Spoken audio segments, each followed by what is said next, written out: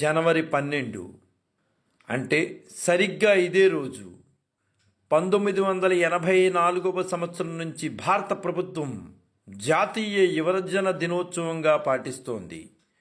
వివేకానందుని ప్రస్తావన ఎక్కడ వచ్చినా, ఎప్పుడు ఎవరు మాట్లాడినా 1893 సెప్టెంబర్ 11వ తేదీన చికాగోలో వేదికపై జరిగిన ప్రపంచ మత సమ్మేళనంలో ఆయన చేసిన ప్రసంగం ప్రస్తావన తేకుండా ఎవ్వరూ మాట్లాడరు.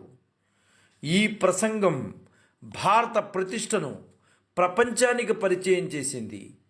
ఆ ప్రసంగంలో వివేకానంద వారు ఏమి చెప్పారనేది ఒక్కమారు సింహావలోకనం చేసుకుందాం. అమెరికా సోదర సోదరీమణులారా, నన్ను ఆహ్వానించడంలో మీరు ప్రదర్శించిన ఆత్మీయతతో నా హృదయం నిండిపోయింది. ప్రపంచంలోని అత్యంత పురాతన సంస్కృతికి పుట్టినిల్లు, అన్ని ధర్మాలకు జనని అయిన భారతదేశం తరఫున నేను మీకు ధన్యవాదాలు చెబుతున్నాను. అన్ని కులమతాలకు చెందిన కోట్లాది మంది భారతీయుల తరఫున మీకు కృతజ్ఞతలు. మత సహనం అన్న భావన తూర్పు దేశాల నుంచి వచ్చిందని ఈ సదస్సులో వెల్లడించిన కొందరు వక్తలకు నేను కృతజ్ఞతలు తెలియచేస్తున్నాను.